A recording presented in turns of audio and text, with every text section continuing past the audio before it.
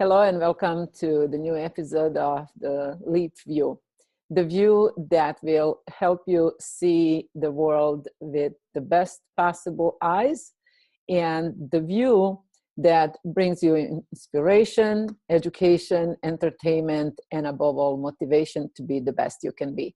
My today's guest is awesome, amazing, and truly, truly inspiring, Maru Iabichela.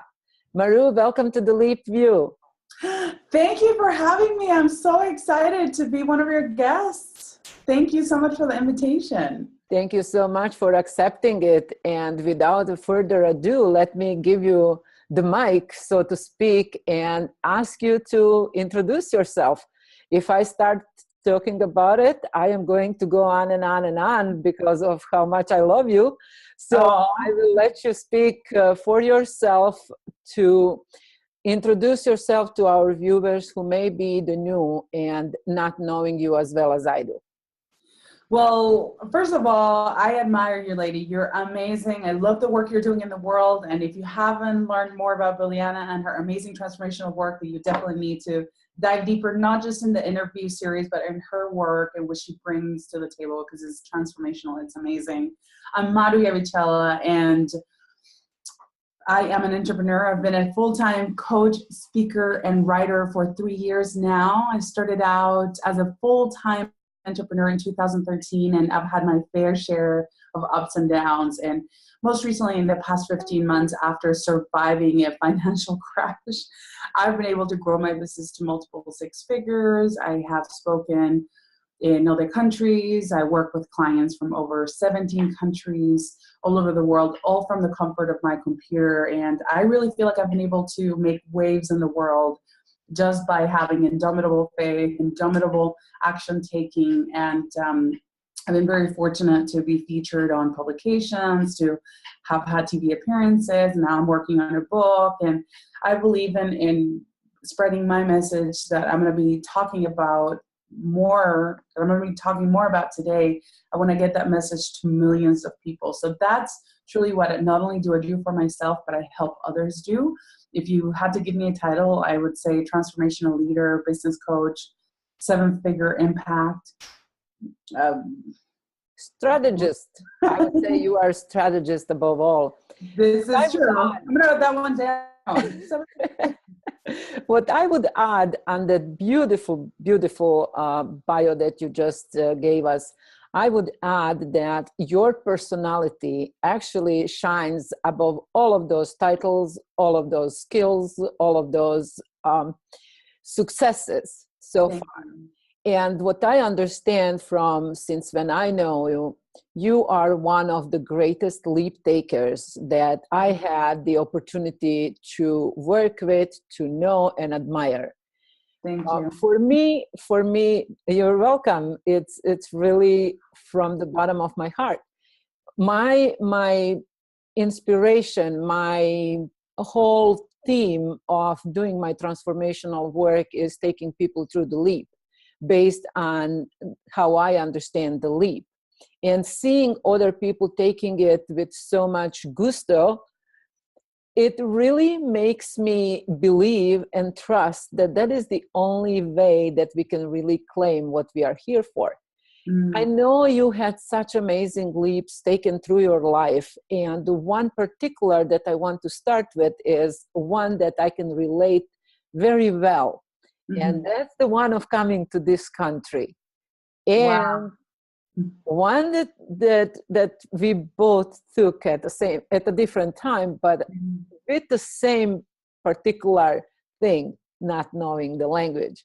Right. And I invite you to tell me how it was. What was your experience? How did you feel coming to the environment where you are not understood, when you could not express yourself, when your dreams have been stopped dead in the track, and you not only had to start from zero, you had to actually go back a lot.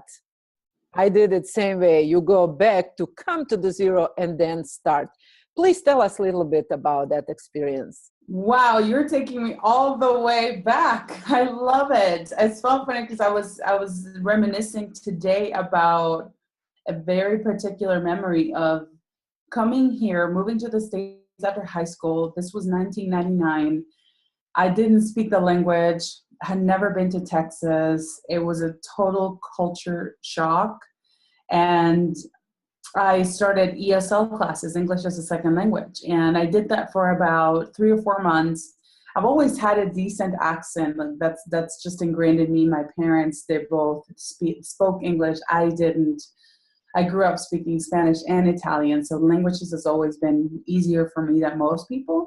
But still, I was coming off a high, graduating high school, being top of my class, and then coming here, starting at minus, under zero, and then having to apply to university and not passing the exam, the TOEFL, the test of English as a foreign language, which you need as an international student. I didn't pass that test. I got like a 545 and I needed a 550. So I had to go through this process of applying for, what do you call it, conditional acceptance. I can't remember the term right now. But anyway, they accepted me under probation is the word I was looking for. I was accepted under probation. And anyway, it was just a disaster in a way. I mean, it flowed, it was fine, but it's just not at all how I would paint it to be, because I had, up until that point, I had always been an overachiever. This is a very humbling experience. And for many years, I would say for the first 3 years of college, I wouldn't raise my hand. I wouldn't speak up. I was very reserved because I was terrified that I would say something and people would laugh at me. I had a lot of mind stuff going on that I didn't know at the time that I could heal, or that it wasn't true. I made it true in my head.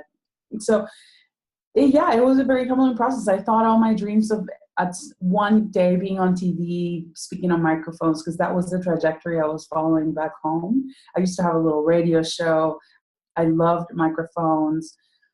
I thought all those dreams were over when I moved here. So that was the beginning. And of course, I mean, I had many turning points, but they really didn't come until probably 5 or 6 years after.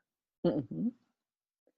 And another line that I can associate with is that dreams got really stopped and you had to go step back and go to minus when we came here. I myself did not speak the language, and I went through the college with English as a second language here. Also had many other, I would say, studies done. One thing that I recognize in people like yourself is the enormous courage. Even though you were mentioning that you were scared, you were very conscious about not being able to express yourself the way you wanted, the way your true nature calls for, you still did it. You still start expressing yourself. You start speaking. You start getting yourself into the situation to work. You completed your master's, right? If I'm not mistaken. Yeah, I did. I master's in English, right? Yes. So, well, yes, speaking English. It was in business, right? But I mean, master's you completed by using English. The school was here. The college was here. Your program, your education was all done in English, right? Not studying English, but actually studying in English. And if you only take that part, that's an enormous success. Enormous success. And I see that the courage had to be there in order to pursue it, right? Yes. So after getting your master's, did that help you with your confidence, with your competence, with actually claiming your place within English language? Yeah, I would say it happened. It started happening for me before my master's, because I graduated college and then I couldn't find a job. It was the lowest point in my life. I spent 3 months waiting tables after college, and I knew that I didn't go to school to wait tables. So I was trying to understand why I couldn't get a job, and I spoke decent English by then. So I gave myself a deadline, and I said, either I make this work by August 2004, Mhm. or I'm moving in with my parents in Europe. My parents used to live in Europe. Like, I'm going home and I'm just going to live with them because I can't, this is not working. Not So working. lo and behold, I get a job. And I think my confidence in English and in truly claiming bigger dreams and thinking, oh my gosh, like, this is a huge opportunity. I'm not going to waste it. And I'm finally stepping into my power again and believing in myself was when I got that job. Somebody at one of my tables at the restaurant where I used to work gave me a tip, and they ended up hiring me at this Fortune 500 company. And that's where I had an amazing corporate career for 9 years. So probably 5 years into it, I would say 4 or 5 years into it, I went, the company paid for me to get my master's. And I had, if you don't mind me telling the story, because this was another No, huge no, no, leap. please go ahead. That's why we are here. Yeah, and it's where the authenticity advantage really comes from, right? The title of what I gave you as a title for this. It is going to be our very next topic. Good. Well, let me start it because this is where it starts. I was doing everything right, everything that school taught me. I was supposed to do in the real world: get a job, get promoted, learn to be the jack of all trades, get out of your comfort zone. I was doing all those things. And while I was getting my MBA, I didn't know it at the time, but I started feeling like these horrible chest pains and these back spasms. And I couldn't understand because I was in the best health and shape of my life. I was doing CrossFit. I was doing all these amazing things.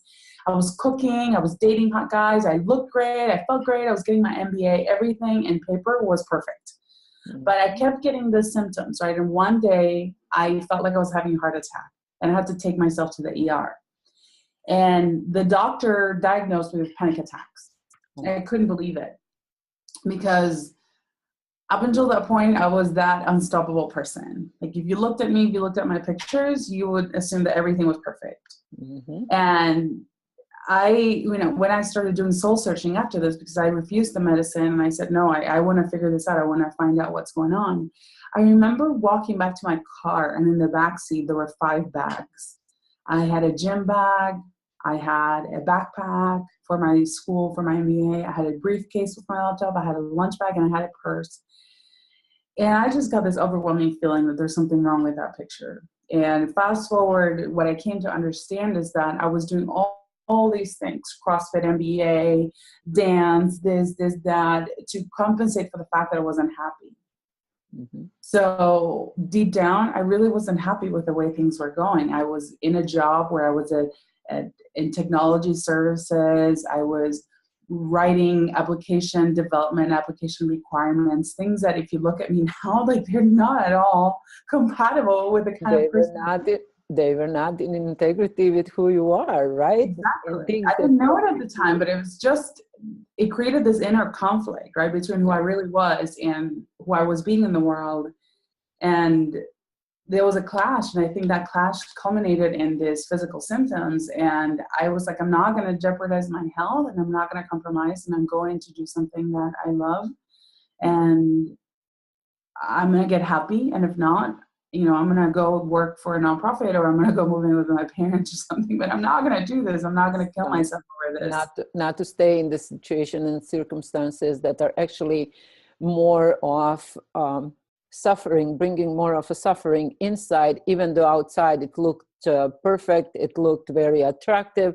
Would you say that at that time, and I went through similar process, so I'm coming from understanding, would you say that we were trying to get our happiness caused or brought up from outside in, versus now when we know better, it has to come from inside out?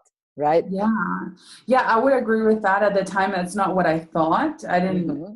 I was just following what was expected of me, right? But I wasn't doing it because I'm like, well, these are the things I need to do to be happy. I thought these were the things I needed to do to be successful. But even though I was being successful, there was a part of me that clearly there was something wrong. And so I came to the understanding when I was going through this, that every time I asked myself, is there something wrong with me? That there's a part of me that's not in alignment. It's not like there's actually something physically or chemically or emotionally wrong. It's just that I'm not in compatibility or an integrity, like you call it, I love that, with something in my life. And I wanted to reframe that. And that was my first brush with what the lack of authenticity in your path can do for you. So what really amazed me about all this, and why I do believe that authenticity is an advantage, it's because as soon as I made that switch and that declaration that I was not willing to compromise my health and that I was going to continue down a path that felt better to me, my success skyrocketed. I got a job as a manager. I traveled the world. I got a national award. I was featured in the Financial Times. I got to give Secretary Tim Geithner a tour, Warren Buffett's team. I mean, it was just incredible when I decided that I needed to do something different and that I needed to feel good. So that was an interesting thing for me, that contrary to popular belief, to do the checklist and the status quo thing and the stereotype thing, I went the other way to something that's more authentic and more aligned, and took it off. Since we did agree that the authenticity advantage is going to be the topic of our conversation, I wanted to bring you back so we know where you actually are coming from. And now when we established that you had to go to -0, now we are coming to discovery of what you authentically are. So I strongly believe that all of us have to come to the point, at some point in life, come to the point that we have to take a look and define what it is that is authentic in us or for us. So it is great to know, yeah, you have to be authentic. You need to do things authentically, and authentic. But at what point you recognize what is authentically yours? Do we really have to go through great pain to recognize that it's not in alignment with our purpose, our soul? Or do we consciously work on it, or do we pay attention to other things? Let's elaborate a little bit. What do you think about it? How did you recognize what is authentically yours? I think that you need to be alert and attentive to the signs, because the signs are always there. In my case, I was always in the principal's office. It's like, no matter how hard I tried, I would always either get in trouble, I didn't do something right, or I told you, you're super courageous. Yeah, I mean, I seriously, I would say in just about every job I had in corporate, I would somehow get in trouble. I was overstepping people's boundaries because I was going above and beyond, so that was not allowed. Or what about promotion? What about promotion over other people who did not get it? Like if you get promoted and those that have higher seniority or more of some other things, that happens. Isn't that another way too, to pay attention to those things? Yeah, for sure. I mean, I think, I think you have to get in touch with your gut, and you have to know when something doesn't feel right, and not be afraid to process through it or talk about it or share it with someone. Or because what I found is that we tend to bottle up those feelings. Like, no, I'm not going to say anything. Why can I be grateful with what I have? Why can I just be normal and enjoy this and not make a bigger deal about it? And I think those are the signs that we need to pay attention to. Another really common sign is that we walk on eggshells. When you feel like you can't express yourself fully and freely, I think that's a sign that you may be in a place that is constricting you and restricting you. Something is definitely not right. If you don't feel free to express yourself the way you want to express yourself, there is absolutely some level of fear at some level. So yeah, that's right. I see fear as the opposite of love. And one of the things that actually helped me to go through my challenges and to take my leaps was when I started replacing the place of fear with love. I started loving my fears so I can face them.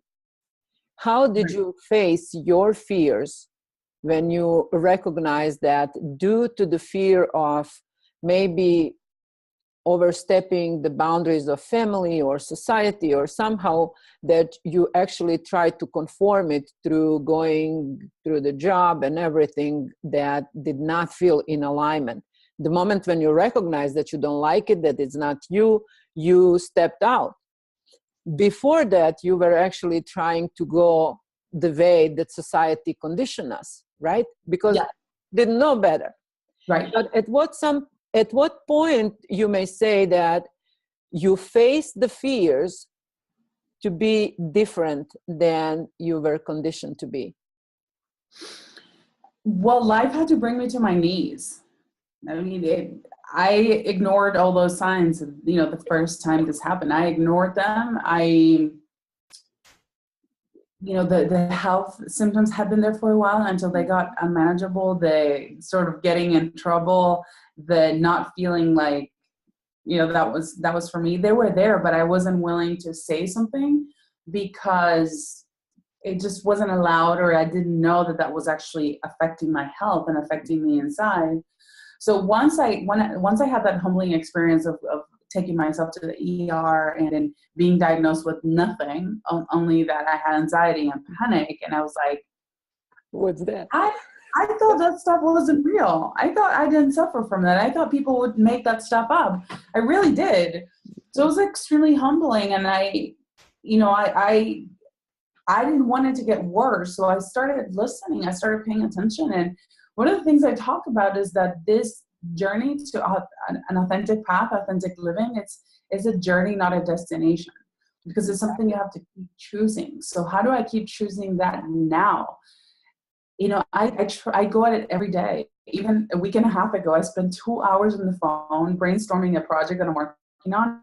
And I literally felt like I was beating it out of me. Like, come on, Maru, to get it out, get it out. Oh, I'm sorry, it's freezing a little bit, so your sound is not coming through due to unstable internet connection. So I will doing that thing. Does that make sense? Now it's. Or I think our connection got a little unstable, but yes. Yeah, I was just saying that if you were beating something out of you, if you're finding it extremely hard, if it feels like a sacrifice, if it feels like it's not coming together, the instinct is to be hard on yourself and say, oh, I can't do this, or why can't I do this? I'm bad, blah, blah, blah. But the minute I hung up the phone, I was like, oh my gosh, Maru, it's because you're not meant to be teaching that. You're meant to be teaching X. And the next day I got the perfect clue as to what I'm supposed to be teaching instead. So I got an expensive 2-hour lesson on what not to do, which is not go against your flow. But it just happened to me 10 days ago.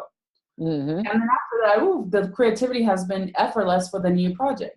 So I think it's a journey. It's something you have to keep reminding yourself, paying attention to the signs. If it's feeling hard, if you feel like you're beating it out of you, then that's why I chose to be an entrepreneur, because I can change gears. I can give myself that creative freedom. And it's not something that you necessarily have the freedom to do when you're working a 9 to 5, and you have to work on those projects even when you don't feel like it. And one of the things that I learned to recognize is resistance. How much resistance do I have toward doing something? I am myself self-employed and my own boss for 8 years. Yes, it was scary. It was a journey of really thousand challenges. That's little to say. One thing that I learned to do is to listen as where it gets hard and where do I feel resistance. So what I hear you calling on is to pay attention, where do you feel resistant toward doing something, and then making decision, is that really in alignment with me? Because when things are in alignment with who you truly are or who you are truly becoming, they are easy, they are joyful, like you said, they are effortless, right? Yeah. And for sure. How I much have to keep reminding myself of it. And how much of your previous experiences actually taught you to compare? how it is now and how it was in past. So the question is, some of the question again, how much of my past experience? How much your past experience helped you to be able now to compare when you are when you have no resistance toward new project or whatever you decide to do, when you have no resistance toward doing it, versus, let's say, past experiences when you had to get up and go to work and do things that are not in your nature. Yeah, I think you learn a lot from what not to do, from Exactly. That's what I was waiting for you to say. Yeah, for sure. And like I said, I still keep reminding, you have to keep reminding yourself of that. Yes. Obviously, it's much easier to make the switch now when you recognize that you are in resistance, or you are in fear, or you are in avoiding, whatever that is, right? It's much easier for me to ask me those big questions. Is this the best use of my time right now? Is this where I really want to go? Am I approaching it from the right angle? What is inspiring about this? What is the reason that I need to be doing this so that it moves me forward? So I'm always I'm a visionary. I'm always forward looking. So, for example, I've been working on this one particular workbook for something, and I haven't been motivated at all. But then when I started thinking of like, oh wow, from this workbook, I can actually create a course, or I can create a talk, or I can create something that is much bigger than just a workbook, then I'll complete it, because it becomes a step in that bigger picture. Yes. So Because you have the ability, when it's in alignment with you, you have ability, you gain ability to see much further than when it's right to your nose. I call it, you don't see it when it's on your nose, right? Yeah, so you're right. You can't. when you recognize what you're authentically, when you recognize where you have resistance, when you're at that point, what helped you to claim it? Oh, it's been a process, Biliana. It's been a process. I've shifted so much just in this 2.5 short months of 2016 already, because even though I've had success for a while, I still didn't feel like it. So in order for me to claim own it, to own it, own it. Yeah, and to say yes to interviews and to put myself out there as an expert. I've had, I have to believe in the signs. The signs don't lie. And I've had to apply my own philosophy to myself, right? And recognize the fact that my associations are out of this world, that the events that I'm invited to, that the quality of results that my clients get, that they're not lying, that life isn't lying to me, that I am badass, so that I am XYZ. So I can honestly tell you that it is a process, and I can see why most people hold themselves back, and because they feel like they're a fraud, or they're not good enough, or they're not there yet, so therefore I can't claim a certain thing. But I'll tell you, I've been putting myself out there for a long time now. I have been claiming my dreams for a long time. I have been telling the world for 2 years or so that I'm going to meet Oprah, and that I'm going to be with Oprah on stage. I carry this with me wherever I go. It's my dream jar. And the more I say it, the more I believe it, and the more evidence I get that it's happening, right? And I think that's with any dream. And that's what helps you own it and claim it, because you feel it. Emotionally, you attach to it and you feel it as authentically yours. There could be a million others who wants to be on stage with Oprah, but this is authentically yours, and that's what helps you actually really claim it and own it. So I would say there is a power of creation, power of language creation, because you have to claim it in your words in order to bring it later in the world, right? And I'm bringing back language because that's the technology we all use. And while taking the leap, I refer to leap many times as a language empowerment accelerates prosperity. So claiming it in words and repeating it and pulling public into the process actually help not only you, your clients as well, your friends. It helps to actually elevate your dreams, elevate your accountability, elevate your authenticity in order to get to those dreams and actually live them. So one of the project, one of the trainings that you are doing, and I know that pretty soon there is a new one starting, is the Authenticity Challenge. Tell us a little bit about that. And I can add a few things about the previous one since I was the one taking it. Great. I'm so glad you're bringing that up because, yeah, so this whole process of really actually studying and diving deeper into authenticity, obviously it's a journey that we're all on. I have my own experiences with it. You have your own. But it really became almost like an urgent matter for me last October, November, where I was at a big international mastermind. And even though I'm a coach, I'm confident, when I got to this place, I was feeling really not confident and almost inauthentic. I couldn't be fully myself and I didn't understand why. So I started diving deeper into why that was. And basically the results of me studying how to turn that around, how to understand what was happening and how I can help others be more of themselves all the time. That's where this challenge was born, right? And at first, because I had to do it for myself, and then I wanted to bring the message onto others. So in December, I created something called Raw is the New Black, which is a series of exercises that I take a group of people through. And it's a very experiential experience, not to be redundant. But anyway, so by the end of the challenge, women feel liberated, they feel more confident, they feel more open to speak their mind. They've manifested all kinds of amazing things between clients, helping them post articles because their voice is finally being heard, because they finally start protecting themselves and unleashing their truth from a core, right? Something that we don't do enough because that's just not encouraged, right? We're conditioned to I would say they got the opportunity to maybe for the first time say things out loud, first to themselves and then to others. Yeah. And knowing that those others are supportive and that are in some way in the same boat, it absolutely helps with their confidence and with their trust. And I must say that you are doing it through the group that is one of the most amazing groups on Facebook that I know of, the Happy Entrepreneur, right?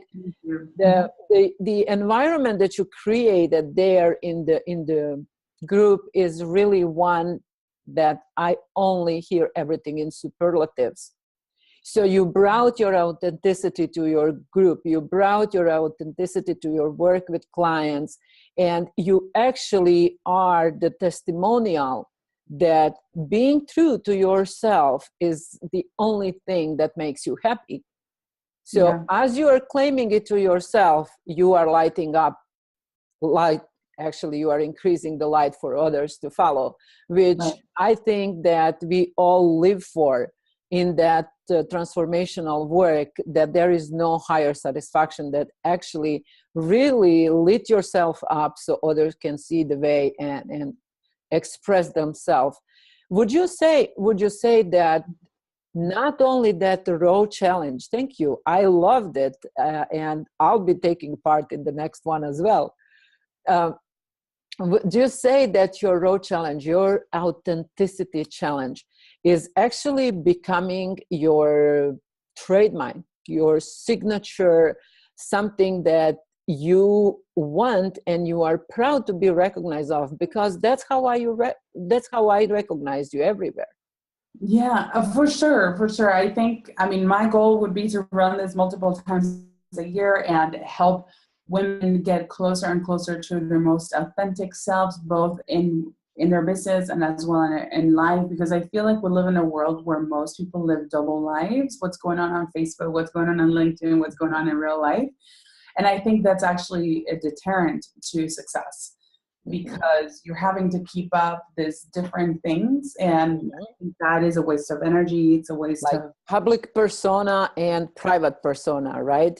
Right. And of course, I don't talk about all my personal stuff out there, but I'm very transparent because that's truly the only way to stand out in today's age. Everybody else out there it's easy to copy. It's easy to be doing what everybody else is doing. It's not easy to it's easy to be an original. Mm-hmm. Be an original yourself, because that can't be replicated.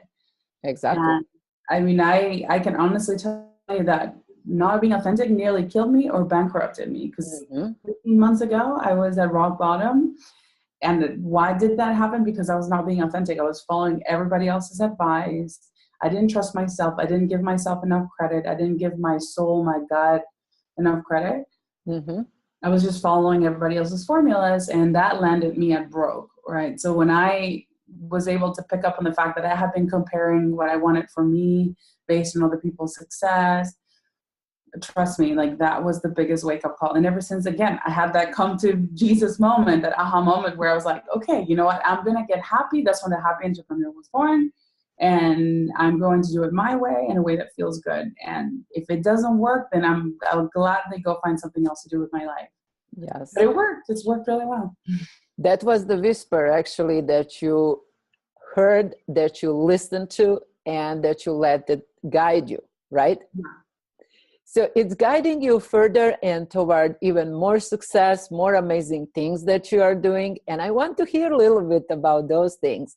I know there are some amazing projects in work. I can't wait to see them live and to see them in the world. Those babies are already predestined to be amazing. So tell us what you can tell us about what's coming beside Raw Authenticity Challenge that starts very soon, right? I hope this interview absolutely. will be out before that.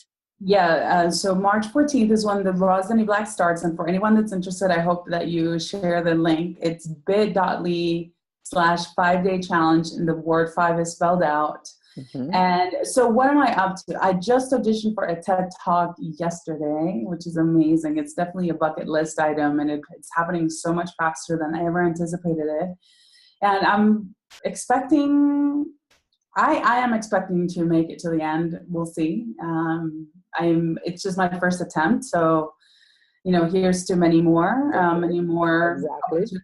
But I shared this message yesterday, and at University of Texas, Dallas is where the next event is going to happen. And I am waiting on news from the next week. And if that goes through, then I present April 3rd. Mm-hmm.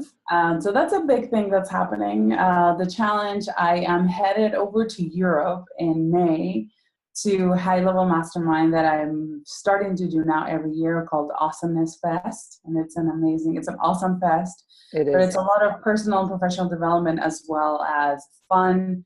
It's really one of the coolest bunch of people in the planet. It's a curated tribe of people that are shifting, the planet in a great I believe shifting the consciousness of the humanity.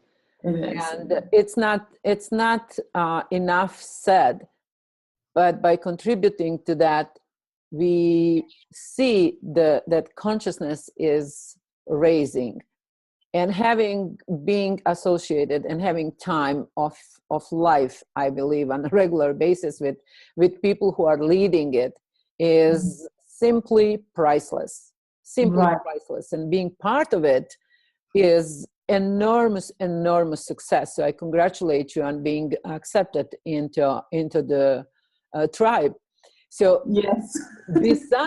besides huge excitement, what would you say those things actually, let's say, bucket list items, what do they personally mean?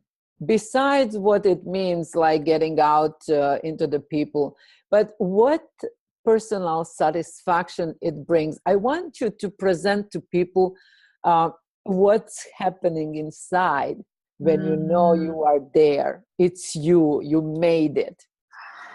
I think it's the physical evidence that I belong, that I am here, that my work is finally being recognized, that all these years of planting seeds and dreaming and desiring, to travel the world, speaking, connecting with world leaders and thought leaders, that it's finally happening. So to me, it's just the power of making your dreams come true, like wishing, praying, dreaming, visualizing, but also taking the necessary actions. For me, those are huge personal wins because they represent, living my dream life and not being stopped because, I have had my fair share of curveballs in this path, and getting back up and continuing to move, and then each year getting stronger and meeting my idols, and then becoming someone that people look up to. So it's just this beautiful cycle, this beautiful journey. So I don't know. I mean, the personal satisfaction, it's and the fact that the universe is always there to fulfill your desires, right? And that the universe is always for more growth, right? Mm-hmm. What was that? Universe is always for more growth, more expression, Absolutely. more and better expression. How Absolutely. You can easily be seen as someone with overnight success, right? Someone who is seeing you for the first time.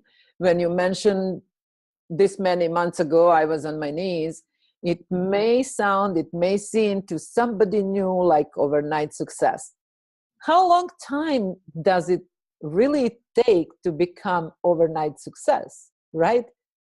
It's different for everyone, but mine, I would say, I mean, I've been working on this for minimum of 4.5 years. Yeah. I mean, I became a certified coach in 2011 and I started coaching in 2012. I call that period an internship. You have to go through the internship, right? Yeah, I agree. I mean, you have to plant your seeds and you have to stay on the path. And there's an article that I wrote that I absolutely love, and it's about patience and the law of germination, the law of incubation, how everything has a germination and incubation period. And when I tried to beat that curve and accelerate and rush through things, that's when I was broke. Yes. I was trying to understand the law of germination and the law that you have to plant the seed, that you have to cultivate it, and you have to be patient until it sprouts and then cultivate it to grow. It takes time. And you beautifully explained it in your article. And tell us where it was published.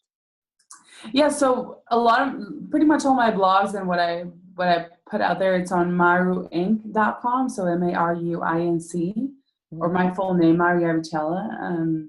But yeah, that article's there, and I'm transforming it into an actual article that I can send to publication. So I just absolutely love the article. It was so amazing, and it really, had I known that, it saved me a lot of grief and money. And another one got recently published on a very, very large publication, and I would love you to tell us about it. Yeah, so gosh, you're up on what's happening in my life. That's awesome. So my first Huffington Post article was published on March 3rd. It came out last Thursday, and it's titled "Living Without a Mask: A 5-Day Plan to Reconnect with Your Authentic Self or Rediscover." I can remember. And yeah, look it up on the Huffington Post. It's basically a summary of what this 5-day challenge, Raw is the New Black, is. And I'm just giving you the instructions on how you can uncover this for yourself. Obviously, the group, joining us as a group on March 14th will be a much more powerful experience. But I encourage all of you to look this article up on the Huffington Post. I was really, really happy with it. And it got great traction in the first 24 hours. So. That's fantastic, and I wish you all the success. One more thing before we say once again where people can find you. I want to challenge you to tell us, if you can, a little bit more. Mm-hmm. There is a rumor that there will be a book coming up on authenticity advantage. Can you say that it's coming? Yeah, so the tentative date for us to release the book is 3/18, so March 18th, 2016. So it's in the works right now, and we're trying to move as fast as possible because I want to have it available in the next 2 weeks. Yes. And basically, it's the publishing of a lot of this, of why authenticity is an advantage and why it is life-saving and life-giving to live this way. Awesome. Awesome. I congratulate you absolutely on all those successes. Those are huge things. And I believe they even have additional weight because they are done in the language that is not your primary language. I know you are multilingual. I know what it means to come to the country where you don't speak, and the success that you achieved actually, not only to me, but I strongly believe everybody else does have additional weight to it because it is in the language that is not your primary. So Yeah. congratulations. Thank I you. Thank appreciate, you I so am much. truly humbled and honored that I had the opportunity to conduct this interview. And I am so sure it's not going to be the last, even if this was the first. You are always welcome back to Leap View. This is going to be a show for leap takers, big leap takers, and shift makers, which I know you are. And your journey, your message, your advices, and your, I would say, example is super inspirational to millions already. Yeah. It's a matter of taking the count and see that it is the dream done. Yeah, absolutely. Thank you so much for this space. Thank you for all that you're doing. Thank you for inviting me. And I look forward to not only seeing this interview again, because you brought me back down memory lane. And but I look forward to seeing more of you people. And I'm just so happy and honored to be part of your community. Thank you. Thank you. Thank you. I look forward to absolutely hear you soon back, and looking forward to releasing this very shortly. Okay. Have Love, a great lots day. of love to you and Thank you. everyone. Love you. Have a great one. You too.